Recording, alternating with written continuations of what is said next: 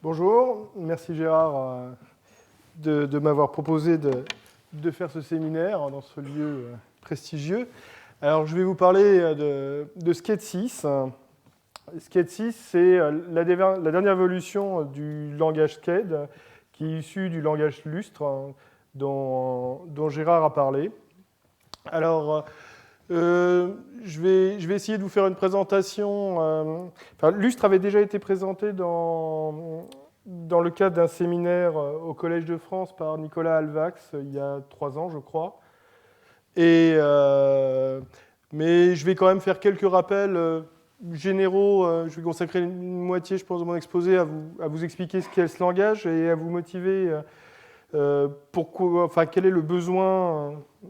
Quel est le besoin d'un tel langage, à quoi il sert et comment on souhaite l'utiliser.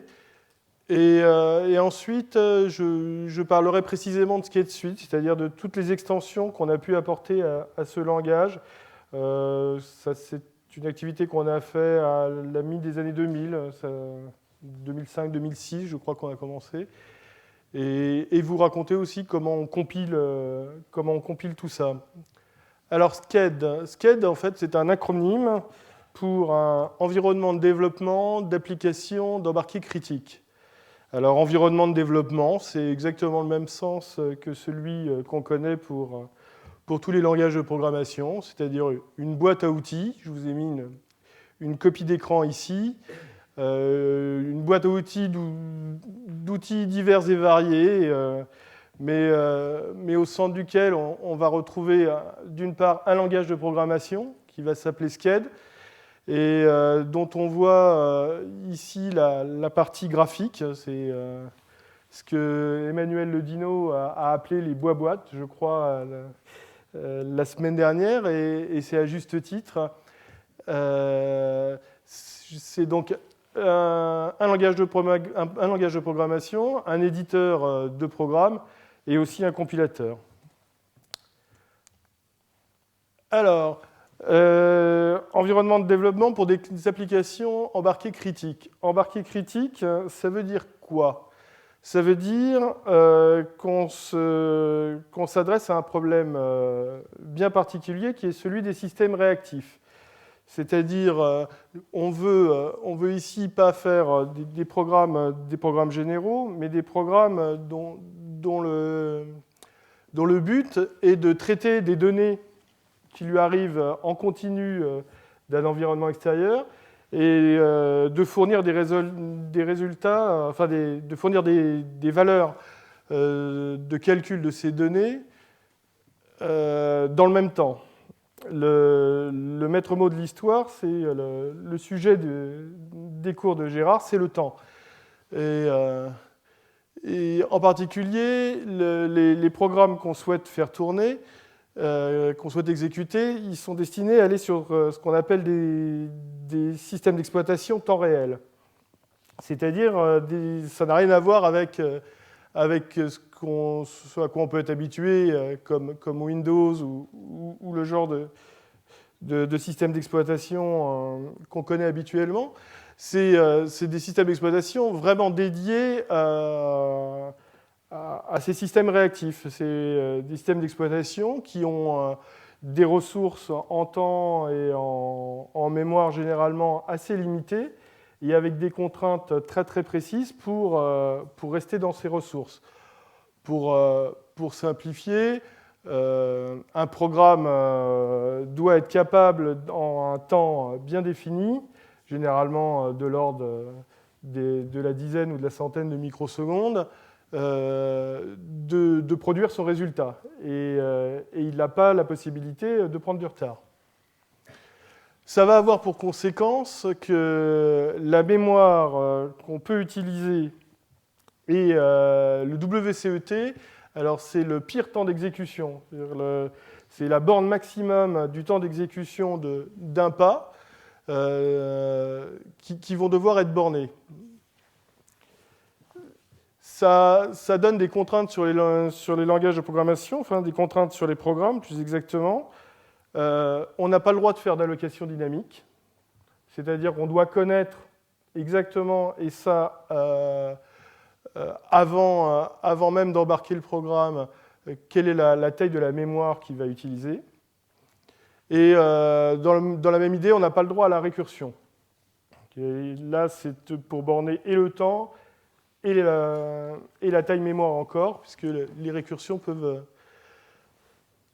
donner des tailles de piles non bornées. Alors, qu'est-ce qu'on attend d'un langage de programmation dans l'embarqué critique? Alors, l'embarqué critique, je peux peut-être le préciser, c'est en particulier l'embarqué des avions, l'embarqué des trains, des centrales nucléaires. C'est généralement, alors il y a plusieurs niveaux de criticité. On a une échelle qui se situe entre la dégradation des conditions d'exploitation à la mise en danger de l'intégrité physique des utilisateurs.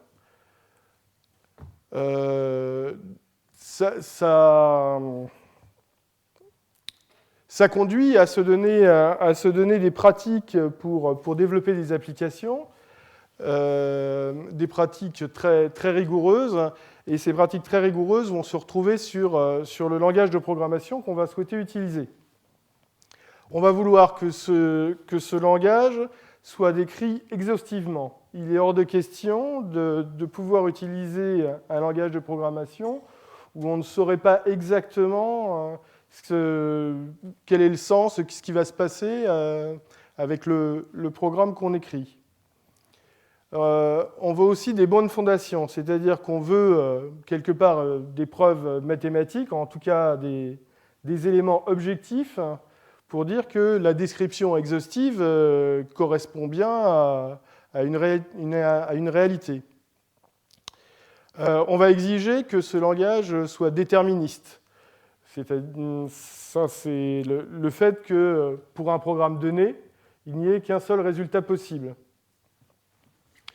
On souhaite aussi avoir une relative simplicité. Alors, relative simplicité, c'est l'exigence que le programmeur puisse comprendre le programme qu'il lit. Et quand je dis programmeur, en fait, ce qu'il faut savoir, c'est que dans les activités de développement dans l'embarqué critique, non seulement il y a toutes les activités liées au développement lui-même, mais toutes les activités liées à la vérification de ce développement. Donc un programme va non seulement devoir être écrit, mais il va être relu, vérifié, revu par un certain nombre de personnes, et il faut qu'il soit compréhensible par tout le monde. Un langage trop compliqué ne permettra pas cela. Et le dernier point qui a aussi toute son importance, c'est la traçabilité. Alors, toujours dans le développement de logiciels critiques, on adopte ce qu'on appelle un cycle en V, où on part des spécifications les plus générales et on raffine ces spécifications jusqu'à arriver au code par différents niveaux. Et on exige qu'entre tous ces niveaux, il y ait une trace. C'est-à-dire qu'on sache, pour toute spécification, montrer et démontrer qu'il y a bien une contrepartie dans le niveau d'en dessous, qu'une spécification n'a pas été oubliée, qu'une spécification a bien été traitée de façon complète. Et à l'inverse, on demande aussi que la traçabilité puisse aller des éléments raffinés vers les éléments un peu plus abstraits, pour pouvoir démontrer qu'on n'a rien rajouté qu'on n'avait pas initialement spécifié. Ça va avoir des conséquences sur le langage de programmation, cette traçabilité, sur les choix de ce qu'on va pouvoir mettre dans un programme, parce que plus c'est compliqué, plus on va avoir du mal à expliquer la compilation. Je pense que je peux passer au transparent suivant. Alors, les langages usuellement utilisés pour pour le développement d'embarqués critiques, c'est C et Ada, c'est-à-dire des langages qui sont impératifs et deux généralistes. Ils ont en particulier pas de traitement particulier du temps. En outre, ces langages ont des comportements non déterminés. Alors, on connaît tous l'exemple en C, où C ne prévoit pas un ordre d'évaluation pour les arguments d'une fonction. Si en C, vous mettez des effets de bord dans une fonction, ça va faire quelque chose que vous ne savez pas prédire et que le langage sur lequel, la définition du langage ne vous dit rien. Ça implique que les gens qui vont vouloir utiliser C pour écrire de l'embarqué vont devoir se fixer des règles très strictes pour ne pas tomber dans ces cas, pour toujours rester dans le cas déterministe. Alors les règles de codage, elles sont diverses. On connaît par exemple MISRA. Donc non seulement il va falloir suivre ces règles, mais il va falloir aussi vérifier ces règles. Avec Sked, on prend le point de vue inverse, c'est-à-dire qu'on restreint le langage au système réactif, c'est-à-dire on ne prétend pas adresser les problèmes généraux, mais seulement ceux de cette nature. C'est un langage qui est orienté flot de données. Flot de données, c'est le traitement d'un paquet d'entrée en vue de produire un paquet de sortie, traitement de valeur, assez différent d'STRL qui est plus axé sur le traitement d'événements. C'est toujours la même idée, on a un environnement, on le traite et on donne des sorties, mais là où STRL va surtout regarder les événements que lui produit son environnement extérieur, Sked, lui, va plutôt être dédié à traiter des données. Et on choisit dans Sked d'avoir un langage qui est très contraint. Il y a beaucoup de choses qui sont vérifiées et interdites. On ne va pas avoir une liberté très grande d'expression dans le langage, mais en contrepartie, on aura peu de vérifications supplémentaires à faire parce qu'elles seront déjà toutes dans le langage. Alors, ici, je vais parler de la tradition des gens qui font des systèmes réactifs. Et c'est une tradition, alors ça s'appelle les schémas blocs, bloc diagramme en anglais. C'est une tradition qui est bien antérieure à l'informatique. Je crois qu'on situe ça dans les années 50, mais on peut même remonter un peu plus loin. L'idée, c'est... donc on voit bien les systèmes réactifs. C'est un dessin, un schéma que j'ai piqué sur Internet parce que je le trouvais joli et qui représente une télévision numérique. C'est un transparent de Texas Instruments. Donc on voit à gauche tous les périphériques qui correspondent à des entrées. Ils sont divers et variés. Ça va des signaux vidéo jusqu'au réseau Internet. Et à droite, toutes les sorties. Donc il y a bien sûr un écran, des haut-parleurs et d'autres sorties. Et entre ces entrées et ces sorties, on a des boîtes avec des flèches qui correspondent à des traitements. Donc les données rentrent, sont traitées, ça produit un certain nombre de valeurs qui peuvent être eux-mêmes traitées par d'autres boîtes, produire leurs mêmes valeurs. Et l'idée qui est derrière tout ça, c'est qu'on sépare, on spécifie chacun des comportements, chacun des traitements de façon autonome, et on les assemble avec l'idée que tout ça doit se faire sur un rythme de temps régulier et précis. Il va falloir produire toutes les sorties au rythme auquel arrivent les entrées. Alors, un exemple un peu plus simple, qui est un exemple assez classique de traitement du signal. Alors, je ne vais pas prendre exactement comprendre de quoi il est question. Mais il est assez symptomatique de genre de choses que les gens souhaitent exprimer par ces diagrammes. On a une entrée qui arrive à un contrôleur. Le contrôleur, c'est là où on va intervenir, c'est généralement là où va se situer les programmes, qui en fonction de ces entrées, qui sont des signaux, des valeurs qui proviennent de l'environnement, ça peut être des capteurs ou d'autres choses. Le contrôleur, à partir de ça,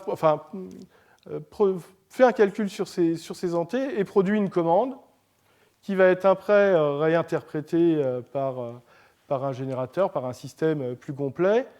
Le point qui est très intéressant ici, c'est de montrer cette boucle ici qu'on appelle une boucle de contre-réaction. C'est-à-dire que le résultat de ce qu'on a produit revient comme une entrée pour déterminer l'exécution des cycles suivants. Alors, un exemple encore de diagramme de schéma bloc, cette fois-ci beaucoup plus simple. Là, l'abstraction est arrivée vraiment jusqu'en bas. Et c'est un filtre linéaire. Donc, on a une entrée, X, et on va la filtrer. La filtrer, ça veut dire faire une moyenne pondérée. On voit les facteurs de pondération ici, de ces L instants précédents. Donc, on considère un signal non pas la valeur qu'on reçoit, parce que selon sa fréquence, selon sa nature, c'est une information qui peut ne pas être suffisamment précise. Mais on va le considérer on va le filtrer avec ici c'est L instants précédents, faire une moyenne, et c'est le résultat de cette moyenne qu'on va utiliser par la suite. Donc j'ai fait une introduction un peu longue sur ces schémas, mais c'est ça qui va justifier Sked, qui va justifier les boîtes, parce que c'est la manière de spécifier des automaticiens. C'est comme ça que c'est enseigné, toujours aujourd'hui. C'est comme ça qu'ils conçoivent leurs problèmes et c'est comme ça qu'ils les spécifient. Alors, le bon exemple de ça, c'est SAO. SAO, c'est un atelier logiciel qui a été fait par Airbus.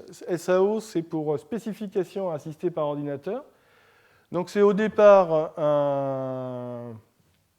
un outil pour pouvoir dessiner ces boîtes de façon informatique et les gérer plus facilement que sur des planches à dessin.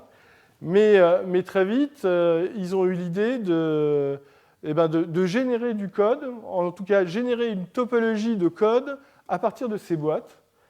Chaque boîte pouvant être elle-même codée dans un langage de programmation, usuellement C, mais les boîtes elles-mêmes et leur topologie donnent la structure globale du programme. Et ça, c'était SAO. On a aussi Simulink, qui est un outil de The Mathworks, qui est, lui, beaucoup plus complet, mais beaucoup plus tourné vers la simulation.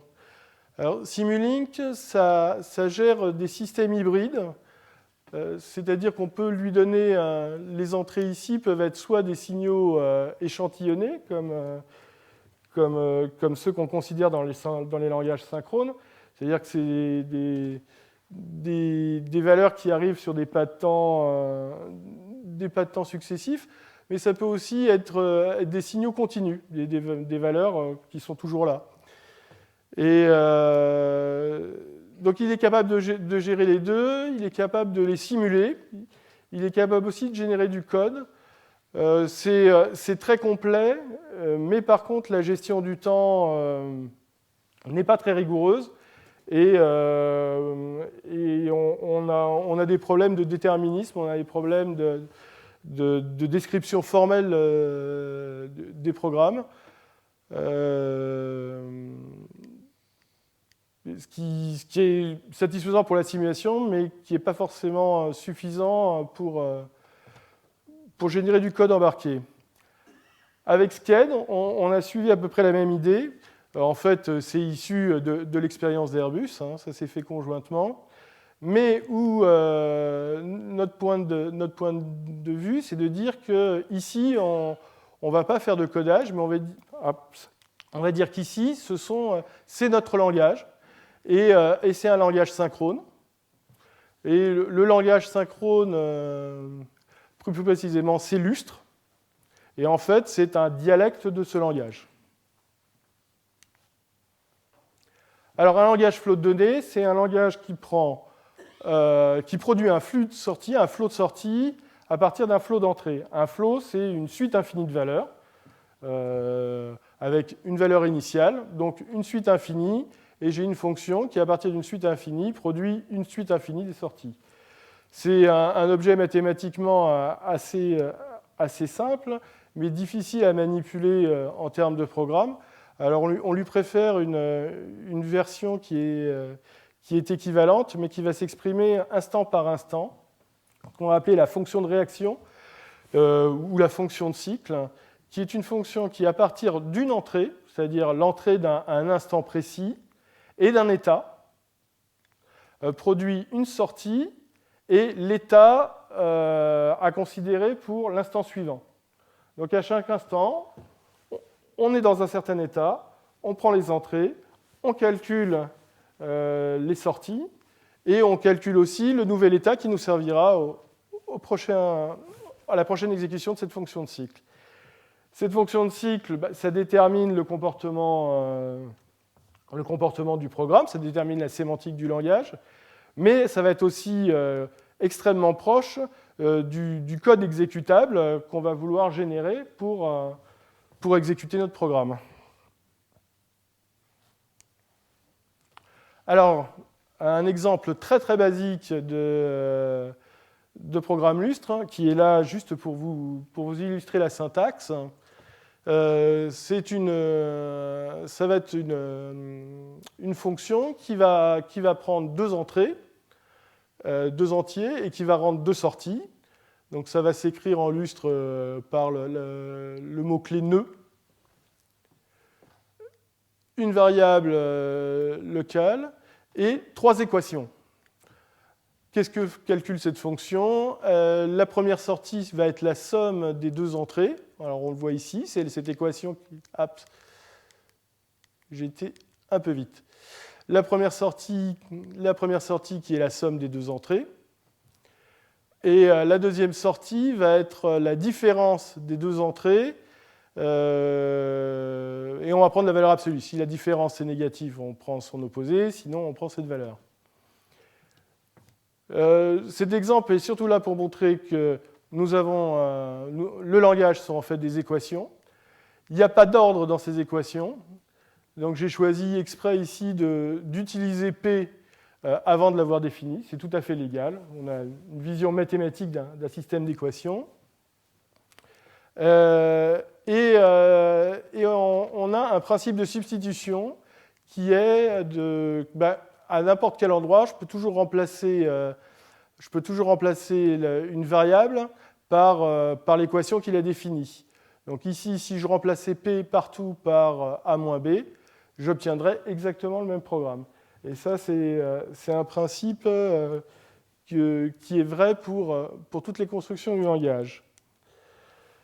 Alors la façon habituelle de représenter l'exécution d'un programme Lustre ou d'un programme Sched, c'est de montrer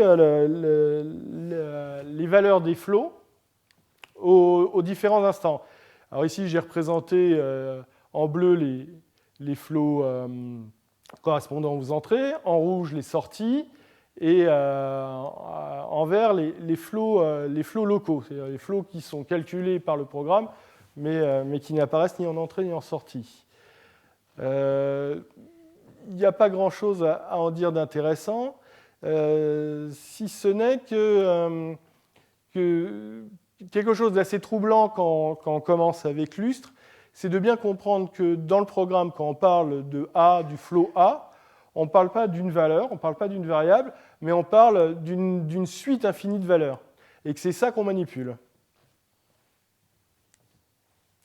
Je vous ai mis aussi le code C qu'on va générer, que le compilateur Sched va générer en face, va générer pour ce programme-là. Donc il va générer une fonction avec un paquet d'entrée, un paquet de sortie. Le paquet, ça va être un pointeur vers une structure qui va contenir les deux entiers. La sortie va contenir la structure de la sortie va contenir les deux sorties attendues, x et y. On voit ici comment sont produites les deux sorties.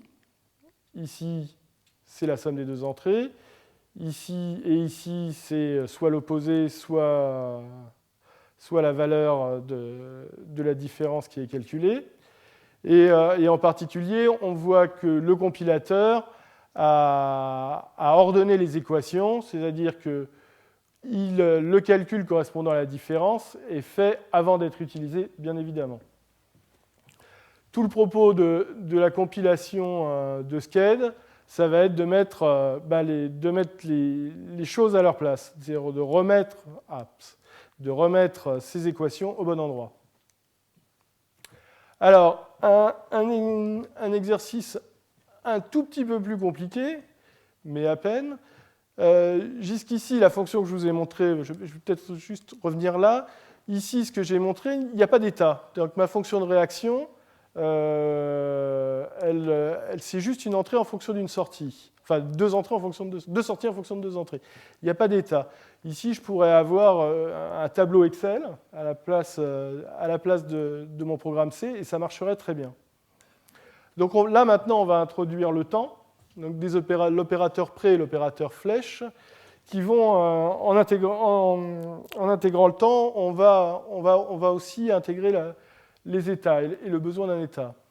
Donc pré est un opérateur qui va décaler d'un cycle la valeur de son entrée. Donc ici,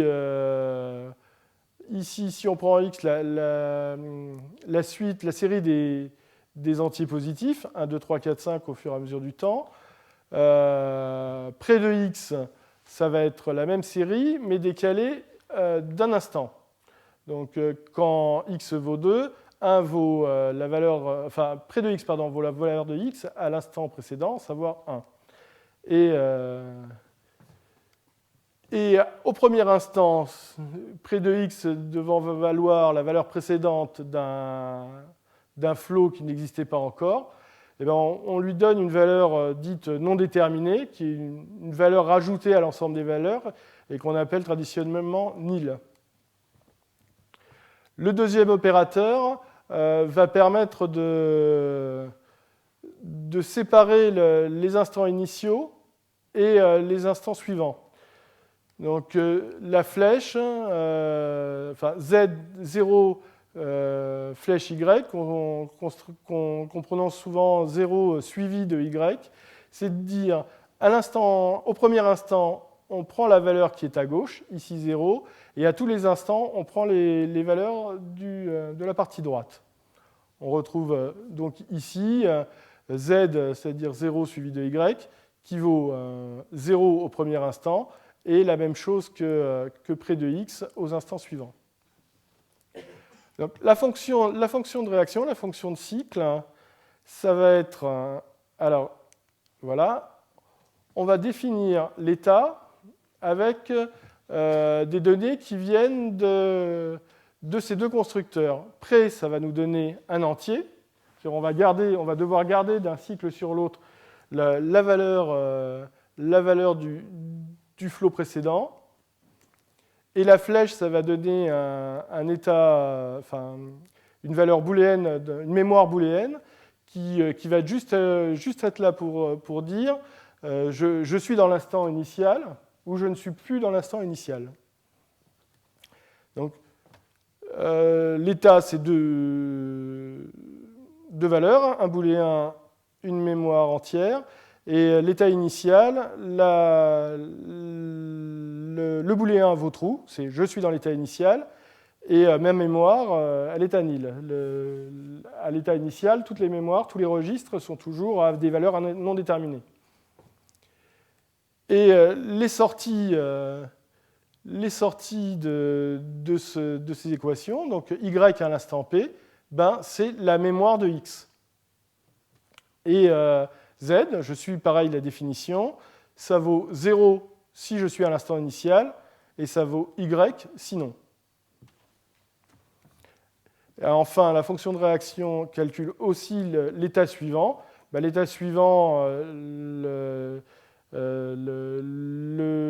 flag, enfin le drapeau qui dit est-ce que je suis dans l'instant initial, c'est toujours faux, puisque je ne suis plus jamais dans l'instant initial. Et la mémoire de x, pour l'état à p plus 1, c'est la valeur de x à l'état p, à l'instant p. On voit le code qui va être généré. Ce qui est à noter ici, c'est la structure de sortie, c'est un peu compliqué. C'est-à-dire qu'en plus des sorties, on a rajouté maintenant une partie correspondant à l'état, donc un booléen pour l'init et un entier pour la mémoire de x. Ici, le code qui calcule la fonction de cycle, la réaction. La sortie y, c'est la mémoire de x. Et je teste si je suis dans l'instant initial. Si je suis dans l'instant initial, alors init prend la valeur faux. Z, c'est pénible ce truc. Il ne faut pas l'utiliser, tu m'avais dit, donc je ne l'utilise plus. Donc init. D'accord. Donc je vais essayer de le faire sans. Donc, si je suis dans l'instant initial, ben, à partir de maintenant, l'état pour la valeur je suis dans l'instant initial, ça sera toujours faux. Et z vaut 0. Et si je ne suis pas dans l'instant initial, z vaut la même chose qu'y. Et le point qui est important, c'est la dernière ligne qui met à jour mon registre, ma mémoire. C'est-à-dire que je dis que la mémoire de x, celle de l'état, ça vaut x. Et c'est ça que je pourrais utiliser pour mon prochain cycle. Alors ici, un exemple encore plus bête, où j'ai un premier nœud qui calcule la série des antipositifs que j'ai utilisé tout à l'heure, et un deuxième qui me calcule celle des antinaturels en décalant de 1 le résultat. Ce que cet exemple permet de voir, c'est qu'un nœud SCED peut ne pas avoir d'entrée. C'est-à-dire le fait d'avoir un état suffit pour avoir un comportement qui est intéressant, qui va changer à chaque instant. Le principe de substitution s'applique aussi aux nœuds. C'est-à-dire je peux remplacer pose par l'ensemble des équations qui composent ce nœud. Et c'est ce qu'on appellera l'expansion ou l'expansion. Ça va consister à l'opération qui remplace justement un nœud par l'ensemble des équations qui le définissent. Et en SCED, on va pouvoir choisir dans le code généré si on fait cette expansion aussi dans le code ou si on ne la fait pas. Au niveau du comportement et de la sémantique du programme, ça ne change rien, ou presque rien, comme on le verra un peu après. La deuxième construction intéressante de SCED, c'est when. C'est celle qui permet d'échantillonner un flow ou de sous-échantillonner un flow. Alors, si on reprend l'exemple, donc j'ai toujours ma série des antinaturels. Je pose une condition qui est que alors C égale x est divisible par 3. Donc C va valoir vrai tous les 3 instants. Et faux le reste du temps. Donc C va être vrai à l'instant initial, il va être vrai au 4e instant qui est l'instant T3, etc. Et je vais échantillonner le flow 2 fois x par la condition C, on va dire à l'horloge C. le flow échantillonné 2 fois x, le flow à l'horloge C, ça va être de ne considérer que y n'a des instants, n'a des valeurs que quand la condition C est vraie, et uniquement à ce moment-là. Ça ne veut pas dire que le flow n'est pas défini ou aurait une valeur non déterminée dans les autres cas, mais vraiment qu'il n'existe que ces instants-là pour le flow Y. Si je parle de suite, je vais parler d'une sous-suite. La valeur correspondant à l'instant 3, le 6, c'est la deuxième valeur de ma série Y, et non plus la quatrième. Ce sur quoi je veux insister, c'est qu'un flow non défini, comme Y aux instants 1, T1 ou T2, c'est très différent du nil qu'on voyait apparaître avec le pré.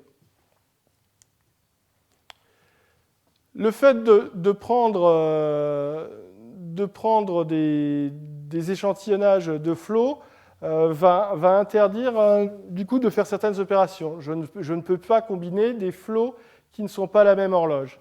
Si j'essaye d'additionner le flow X avec le flow Y, le programme va être refusé, le langage n'autorise pas cela, l'équation n'est pas légale. Et à l'instar de la flèche pour le pré, j'ai pour le when un opérateur qui me permet de compléter un sous-flow, qui est l'opérateur current, qui consiste à prendre les valeurs du flow quand il existe, et quand il n'existe pas, juste à garder la valeur précédente. Donc Y qui prenait des valeurs qu'aux instants 0, 3 et 6, je peux lui associer le flow current de Y qui va prendre 0 à l'instant 0 comme Y, qui va conserver 0 dans les deux instants suivants, et au quatrième instant, comme Y a de nouveau une valeur, c'est celle-là que je prends, puis je la conserve et ainsi de suite. Alors, la causalité. La causalité, c'est, Gérard a largement expliqué en quoi ça consistait dans ses précédents cours, c'est de savoir, à partir de mon ensemble d'équations, est-ce que cet ensemble d'équations permet de donner une valeur à tous les flows ou pas. Et c'est ça que je vais vouloir déterminer. Il existe une solution simple et radicale, c'est de considérer que toutes les équations sont orientées. Donc quand j'écris x égale y ou quand j'écris y égale x, ce n'est pas la même équation. X égale y, c'est l'équation qui définit x en fonction de y. Et d'exiger que tout flow ait une seule définition. Cette définition de la causalité, elle est quasiment syntaxique. Je peux la vérifier en regardant mon ensemble d'équations et rejeter tous les programmes qui ne la satisfont pas. On peut l'exprimer autrement en disant qu'on n'a pas le droit de faire une boucle dans les définitions des équations qui ne passe pas par un pré. C'est-à-dire que si dans la définition de x intervient quelque part, alors ça doit automatiquement être sous un pré. Cette définition de la causalité, elle est très restrictive.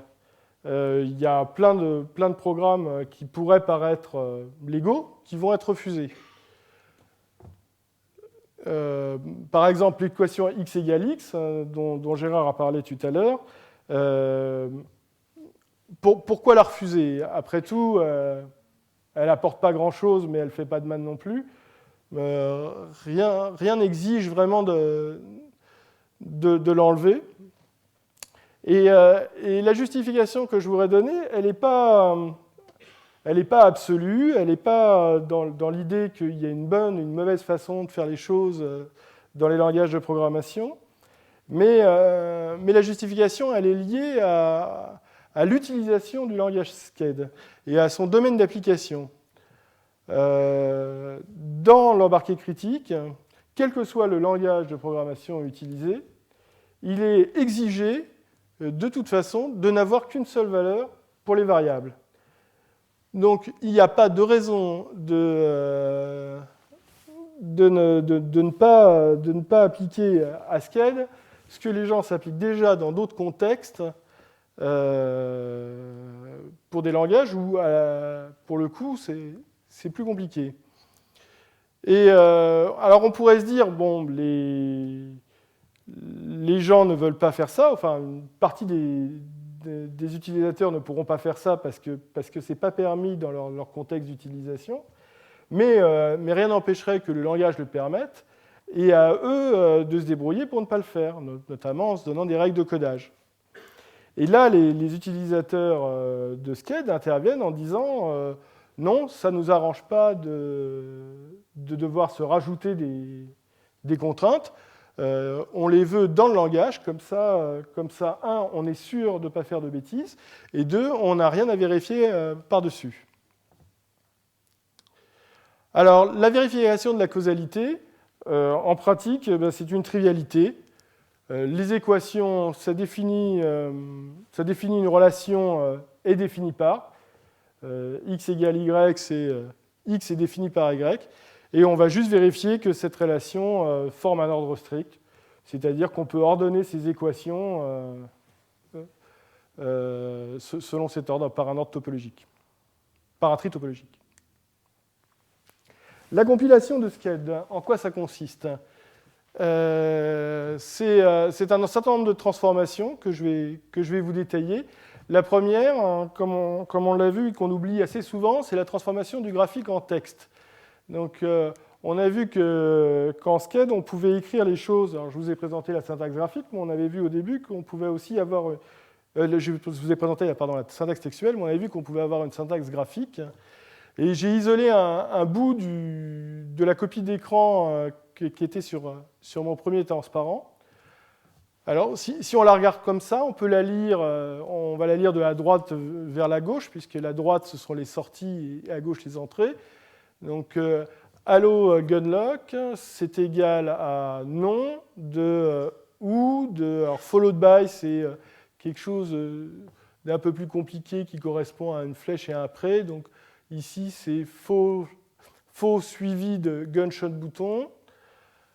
Alors, je suis en train de le faire, mais je l'ai écrit. Donc, ça va être note de followed by de faux et de gunshot bouton, ou l'autre entrée, index mission track AES prio, égale à -1. Mais la traduction qui est choisie pour SCED, c'est une traduction qui est vraiment liée au schéma bloc et aux fonctions de transfert. On considère que chaque boîte est une fonction de transfert et donc définit une équation.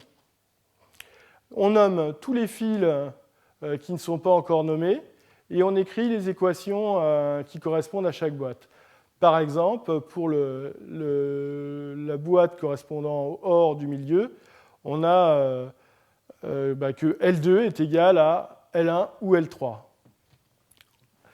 Cette façon de faire a aussi le mérite que ça peut se faire dans n'importe quel ordre. Il n'y a pas besoin de considération particulière pour bien faire les choses, puisqu'on nomme tout et on prend isolément chaque boîte pour en faire une équation. Après, notre paquet d'équations, comme il n'a pas d'ordre en SCED, tout va bien. Ensuite, dans la compilation de SCED, il y a un certain nombre de vérifications. Alors ça, c'est des propriétés qui sont assez classiques dans les compilateurs. Alors, KCG, c'est le nom du compilateur SCED. C'est KCG pour Qualified Code Generator. Donc les vérifications, c'est d'une part que la syntaxe est correcte. On vérifie certaines propriétés générales du programme. Les propriétés, ça peut être, par exemple, que tous les types ont des noms différents, que les nœuds ne sont pas définis récursivement les uns envers les autres. C'est des propriétés qui sont pas réellement syntaxiques, mais qui sont de l'ordre syntaxique. Après, on fait une analyse de type. Ça aussi, c'est très classique dans les langages de programmation, absolument pas spécifique au langage synchrone. Vérifier qu'on n'additionne pas des entiers avec des flottants. Après, on a une vérification des horloges. Donc, c'est ce que je vous ai montré avec le when tout à l'heure, que quand on combine des flots qui sont... on vérifie qu'on combine toujours des flots qui sont sur la même horloge. On vérifie aussi la causalité. Alors ça, c'est une nouveauté dans Skate 6, dans la manière de faire. Et on vérifie aussi que tous les flots sont bien initialisés. Je vais un peu trop loin. Donc, suite à ces étapes de vérification, on commence la génération de code proprement dite. Et la première chose, c'est le plongement dans le langage noyau. Alors, le langage Skate contient plein de constructions que je ne vous ai pas présentées. Plein d'opérateurs usuels, mais qui peuvent tous s'exprimer avec le langage noyau qu'on a vu, les quelques opérateurs arithmétiques nécessaires, plus la flèche, le pre, le when, le current. Et on va tout retraduire dans ce langage-là pour avoir un langage plus simple à traiter. L'étape suivante, ça va être l'expansion. Donc, je vous ai un peu parlé tout à l'heure, que je vais plus détailler maintenant, qu'on appelle inlining généralement en anglais, qui consiste à remplacer un nœud par les équations qu'il définissent. Alors, c'est un exercice relativement simple, il n'y a pas de difficulté en soi. La seule difficulté qui est spécifique à Skate, c'est qu'on doit conserver la traçabilité du code qu'on génère. Et on voit bien que si on inline et qu'on le fait plusieurs fois, on va avoir un peu de mal. Alors en Skate, l'expansion est facultative. Donc on peut choisir pour chacun des nœuds, chacune des fonctions, si on souhaite l'expanser ou pas. Pourquoi expanser ou ne pas expanser ? Il y a deux choses qui rentrent en ligne de compte. Il y a les performances. Alors les performances, ça peut jouer dans les deux sens. Quand on expanse, généralement, on obtient un code un peu plus rapide parce qu'on se retrouve avec des équations qui sont dans leur contexte et on peut faire un certain nombre de simplifications. Mais à l'inverse, quand on expanse, on se met à dupliquer des bouts de code, donc on va avoir un code plus gros. On risque d'utiliser plus de mémoire. Donc là, il n'y a pas de religion, ça dépend un peu des cas. Et l'autre problème, c'est que l'expansion peut permettre de résoudre des problèmes de causalité. Alors, je vais raconter ça sur un petit exemple. On a un nœud F qui a deux entrées et deux sorties. La première sortie est sans difficulté, c'est la première entrée augmentée de 1. Et la deuxième sortie, c'est un flow défini qui vaut 0 au premier instant et qui vaut la valeur précédente de la deuxième entrée aux autres instants. Et on utilise ce flow F dans le nœud test. Alors, on l'utilise d'une manière un peu particulière où on utilise l'entrée.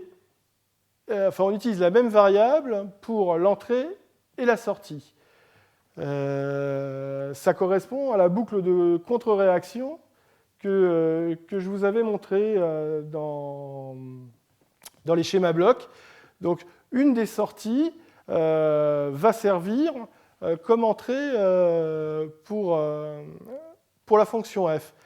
Dans un langage de programmation classique, ça n'a pas de sens, on ne peut pas faire ça. Mais ici, je vous rappelle qu'on ne traite pas de valeurs, mais qu'on traite de suite infinie de valeurs.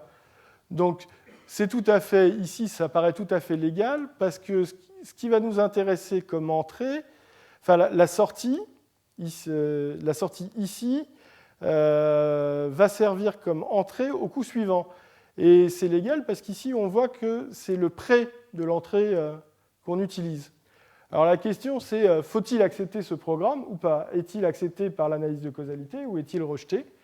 La réponse est ça dépend. Donc ça dépend si on expanse ou pas le nœud. Si on n'expanse pas le nœud, on refuse ce programme. Si on l'expanse comme c'est montré à côté, eh ben, on l'accepte parce qu'on va savoir générer un code tout à fait légal qui va correspondre à ça. Ensuite viennent dans la compilation un certain nombre de simplifications, généralement des optimisations. Ça consiste à repérer des identités remarquables dans le programme et à les simplifier. Et la dernière étape, qui est parmi les plus importantes, c'est celle qui consiste à prendre mon paquet d'équations et à les mettre dans l'ordre pour être capable d'en faire un programme impératif. Et en particulier, au moment où je fais cet ordonnancement, je vais pouvoir, c'est selon comment on conçoit le problème, repérer toutes les mémoires, c'est-à-dire tout ce qui va constituer mon état. Donc pour un programme causal, on sait qu'il existe un ordre qui permet de trier ces équations. Mais en fait, il en existe plusieurs et ils ne sont pas tous équivalents. Donc sur cet exemple, sur l'exemple que je donne ici, où x vaut la suite des antinaturels, y c'est 1 plus la valeur précédente de x, et z c'est juste 1 plus x. Il y a une dépendance causale entre x et z, et par contre y est indépendant et de x et de z. Donc ça dit que sur cet exemple-là, en gros, on a comme seule contrainte que l'équation qui définit x doit être traitée avant celle qui définit z, puisqu'on a besoin du résultat de x pour calculer z. Par contre, y, on peut le mettre où on veut, soit donc au début, au milieu ou à la fin. Un des grands jeux de la phase d'ordonnancement va être de trouver quel est le meilleur endroit pour faire ça. Et le meilleur endroit pour faire ça, ça va dépendre en fait de l'utilisation de la mémoire. Parce que x et près de x vont être codés de la même façon. Alors, c'est ce que je montre au milieu. Donc, on a une traduction systématique des équations en pseudo-C, où juste près, ça devient non plus une construction sur x, mais un accès à mon état, ce que j'appelle la mémoire de x. Et après avoir traduit les équations, on va mettre à jour cet état avec le nouveau x, c'est-à-dire celui qui vient d'être calculé par la réaction. Et on voit que si on choisit bien les choses, c'est-à-dire si on les choisit dans l'ordre qui est ici, alors on n'a plus besoin de x, on n'a plus besoin de cette variable-là, et on peut n'utiliser que la mémoire. Donc on gagne une variable locale, et on gagne une instruction, une opération consistant à copier une valeur dans une variable. Ça peut paraître peu, mais dans un programme qui contient des dizaines, voire des centaines de milliers d'équations, ça commence à jouer. Et quand x est une valeur qui est un peu grosse, quand c'est un tableau ou une grosse structure, donc je vais être très en retard.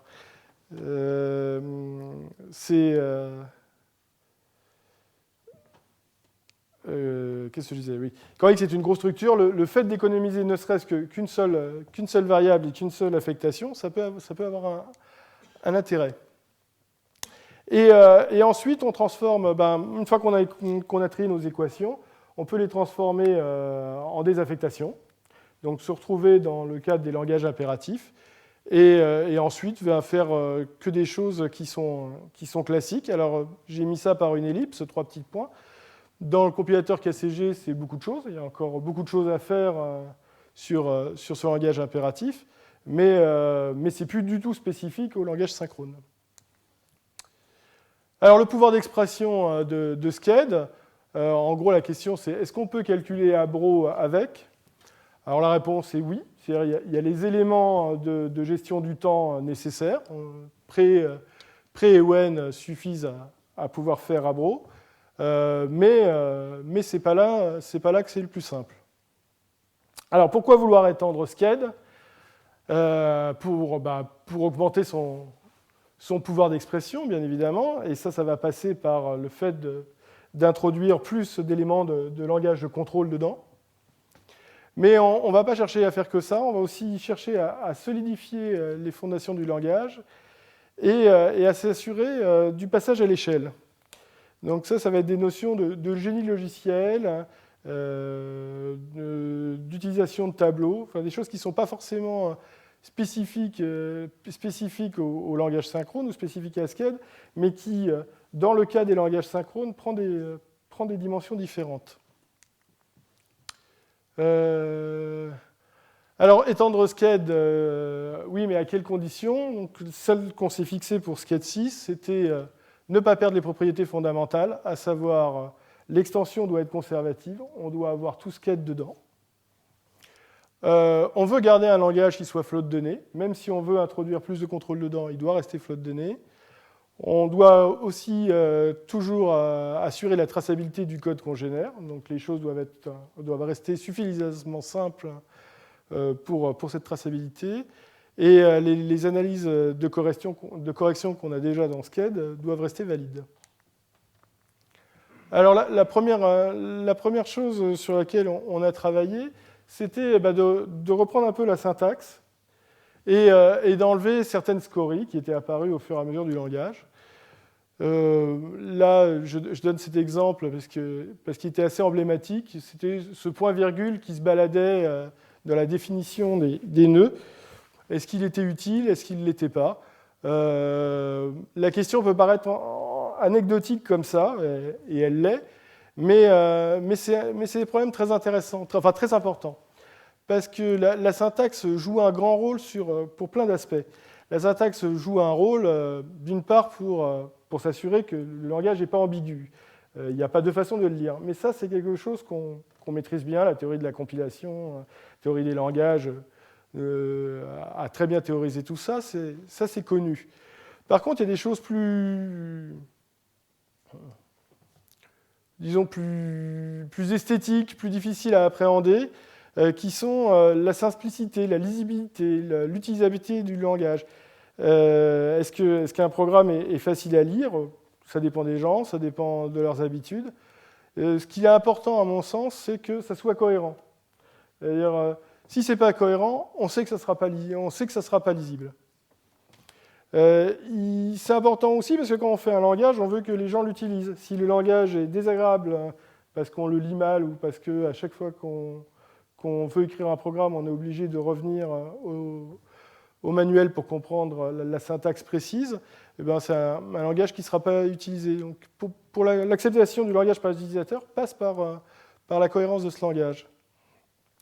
Et le dernier point, c'est le côté industriel de tout ça.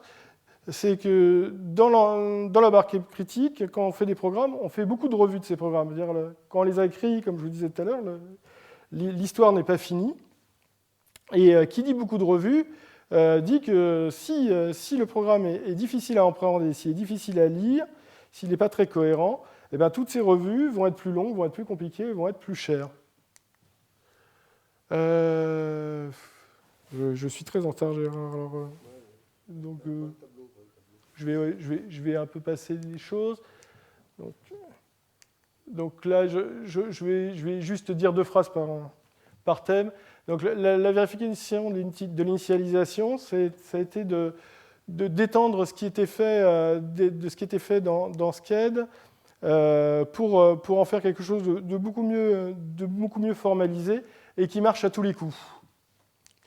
Pour la causalité, c'était de rendre cette analyse qui était elle aussi déjà faite en Sked, mais qui n'était pas modulaire. Donc là, on l'a rendu modulaire. On a introduit des packages. On a introduit du polymorphisme. Alors, les tableaux. En Sked 5, il y avait des tableaux, Mais les seules constructions permises avec ces tableaux, c'était arriver à un index statique, fixe, et construire des tableaux. Et on ne pouvait rien faire d'autre. En gros, on avait des structures homogènes auxquelles on pouvait accéder avec une syntaxe qui ressemblait à des tableaux, mais ce n'étaient pas des tableaux. Et donc avec ça comme construction, ça veut dire que pour manipuler un tableau de taille n dans un langage, il faut un programme de taille n. Ce n'était pas très satisfaisant. Donc en Sketsys, on a cherché à pouvoir gérer les tableaux d'une façon plus satisfaisante. En particulier, on a cherché à pouvoir gérer des tableaux qui apparaîtraient d'une part, que ça serait naturel dans la syntaxe graphique, mais qui pourraient se compiler par des boucles for. Alors en fait, c'est un travail qui remonte assez loin. Ça avait été présenté par Nicolas Alvax et Jean-Luc Colasso en 1999. Ça apparaît aussi dans la thèse de Lionel Morel, je ne sais plus son prénom. Et ça passe par des combinateurs. Alors, je vais peut-être prendre le fold parce qu'il est un peu plus simple. Donc l'idée, c'est d'avoir des opérateurs d'ordre supérieur qui vont nous permettre de manipuler les tableaux, un peu à la manière des langages fonctionnels. Et donc ici, je donne la version graphique. Donc on veut enchaîner l'exécution de trois fois le même opérateur qui va faire le même traitement sur tous les éléments de tableau en entrée et produire la sortie qui correspondra à l'enchaînement de toutes ces opérations. C'est ce qui est dessiné en haut par le paquet de fils et qu'on va schématiser par le dessin du bas, qui est l'application du combinateur fold à l'opérateur hop, ce qui va se schématiser par la syntaxe textuelle ici. Et donc, pour aller vite, ce qu'on peut considérer, c'est directement le code que ça génère. Appliquer l'opérateur fold sur un tableau et itérer le résultat plusieurs fois et accumuler ce résultat, ça va donner, comme code généré, un accumulateur qui prend une valeur initiale.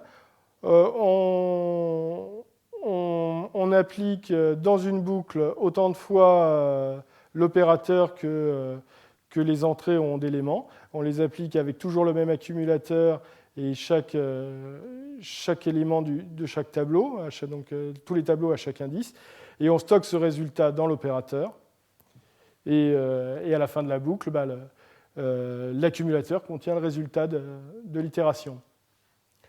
On se dote de quelques constructions supplémentaires de manipulation de tableaux. Donc, ce qu'on obtient, c'est des itérateurs qui sont compilés par des boucles. On ne casse pas la nature flow de données, c'est-à-dire on peut toujours écrire la manipulation de tableaux comme les manipulations de valeurs et tout ça se dessine. Au niveau de la compilation, on génère, comme je disais, une boucle par itérateur. Pour le reste, le traitement est similaire à ce qu'on faisait déjà pour les boucles, pour les structures, et on obtient une causalité qui est un peu restreinte, mais qui est de toute façon restreinte par la forme du code qu'on souhaitait obtenir. Donc, par rapport à ce à quoi on voulait arriver, on ne perd rien. Je vais juste montrer un exemple, juste à la fin de l'exemple. Donc, c'est le produit scalaire.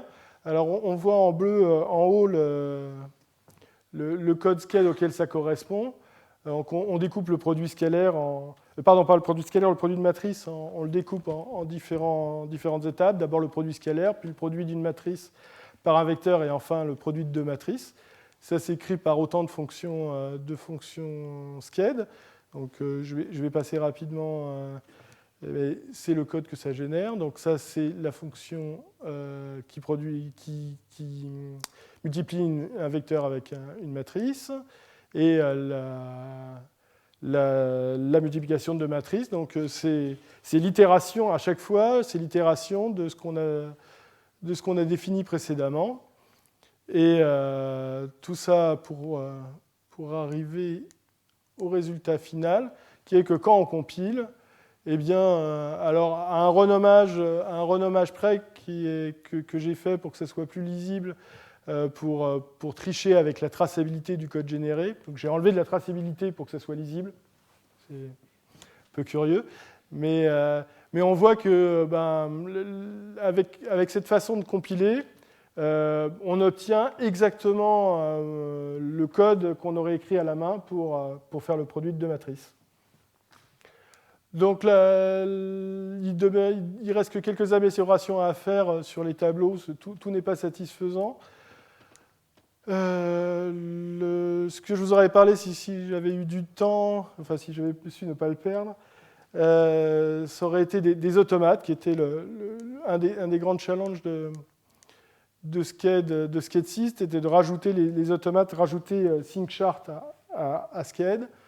Je vais aller au transparent, peut-être à celui-là. Ce qu'on sait bien faire en Lustre ou en Sched, c'est la notion de mode, c'est-à-dire on définit des plages de fonctionnement pour les fonctions qu'on va calculer. On peut pas avoir des lois qui changent selon leur contexte, donc on définit des plages de fonctionnement et selon les conditions, c'est une loi ou l'autre qui s'applique. Donc on a une condition à l'extérieur et on choisit de dire que les sorties sont calculées d'une façon ou d'une autre en fonction des mêmes entrées, selon les cas. Donc ça, c'est la vision mode. La vision automate, c'est une vision qui est assez similaire, sauf qu'on ne fait plus porter les conditions à l'extérieur, mais par les modes eux-mêmes, c'est-à-dire on se fixe un mode par défaut qu'on peut quitter ou dans lequel on peut demeurer selon des conditions. Et si on fait ça, on obtient des automates tout en gardant cette notion de mode. Alors quand on dit quitter ou demeurer dans un mode, se pose la question, est-ce que ça veut dire immédiatement ou à l'instant d'après? Donc c'est des questions assez classiques dont Gérard a déjà parlé, de préemption forte ou de préemption faible. On peut faire les deux en Sched. Compiler des automates. Alors, compiler des automates, ça se traduit par calculer un certain nombre d'informations. Donc on doit connaître quel est l'état sélectionné, savoir d'où on part. Ça permet de savoir quelles sont les conditions sur les transitions qu'on va devoir calculer. Ça permet de choisir quelle est la transition forte-tirée s'il y en a une. Une fois qu'on sait ça, on peut activer la transition. Une fois que la transition est activée, on sait quel est l'état actif, c'est-à-dire quel est le mode qu'on va appliquer. Donc, une fois qu'on sait quel est ce mode, on peut calculer le corps de l'état, puis passer aux transitions faibles, et au final, savoir quel sera le prochain état à sélectionner. Alors, ce que j'ai décrit ici comme un ordre n'est pas un ordre d'évaluation, mais c'est une dépendance causale. Donc ça dit juste que les informations du bas dépendent des informations du haut, mais ça reste du lustre, ça n'a rien d'impératif. Et on voit apparaître la notion d'état. L'état sélectionné, le prochain état sélectionné, c'est la même chose, c'est juste à deux instants différents. Le prochain état sélectionné, c'est l'état sélectionné du prochain instant. Et ça, c'est exactement la mémoire de l'état. C'est la seule chose qu'on a besoin de conserver d'un instant sur l'autre. Et donc, je finis avec ce transparent pour vous montrer à quoi ça ressemble en Sched, des automates. Et ça, c'est la version en Sketch 6 de la montre dont Gérard a fait la démo juste avant. Et donc je m'excuse pour ce retard et d'avoir été un peu rapide. Je vous remercie si vous avez des questions.